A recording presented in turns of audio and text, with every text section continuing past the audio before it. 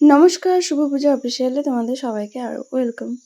তো আজকে বানাবো বিরিয়ানি, সেই জন্য আলু আর ডিম সিদ্ধ করতে বসিয়ে দিয়েছি। আর মাংসটা এদিকে বর ধুয়ে দিচ্ছে, তারপরে ম্যারিনেট করে নেব।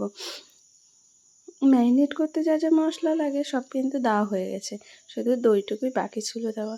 এবার দই দিয়ে ভালো করে ম্যারিনেট করে নেব মাংসটাকে।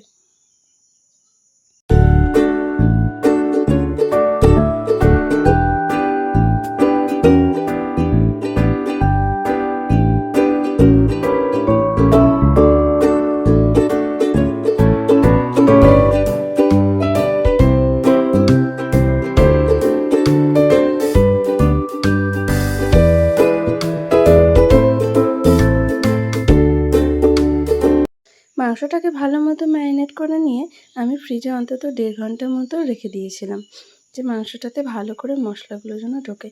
আর সেই ফাঁকে কেসের দুধটাও ভিজিয়ে দিয়েছিলাম।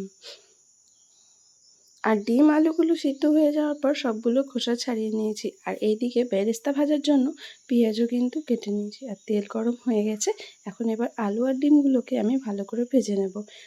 আলু ডিম ভেজে নেওয়ার পরে বেরেস্তাগুলোও কিন্তু ভাজবো।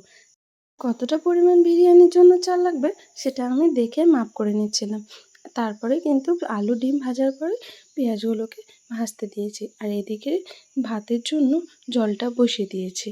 আর ভাতে সব মশলা টশলা দেওয়ার পরেই চালটাও দিয়ে দিয়েছি যখন জলটা ফুটে উঠছে। আর ভাতটা কিন্তু হয়েও আসছে। আর মাটনের পিসগুলো এতটাই বড় ছিল যে আমাকে কিন্তু প্রেসারে দিতেই হতো।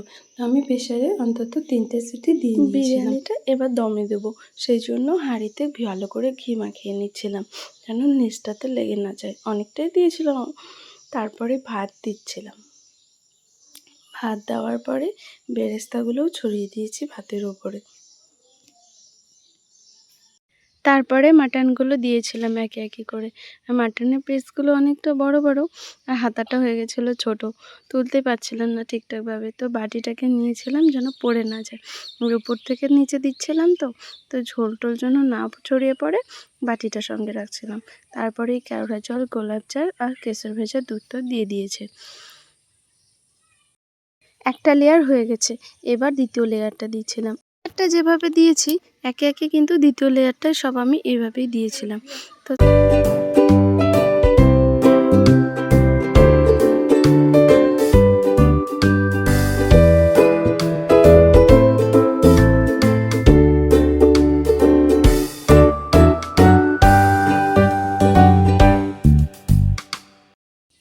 লেয়ার সাজানো কমপ্লিট।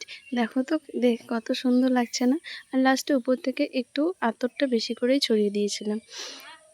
আর দেখো উনুনে বসিয়ে দিয়েছি দমের জন্য। আমি দমে দিয়েছিলাম ওই 45 মিনিট মতো। তো আমার বিরিয়ানি কিন্তু রেডি। তো চলো খুলে দেখাই কেমন হয়েছে। আর এই যে বিরিয়ানির ছবি, তো দেখে বলো কেমন হয়েছে। ভালো লাগলে লাইক করে দিও।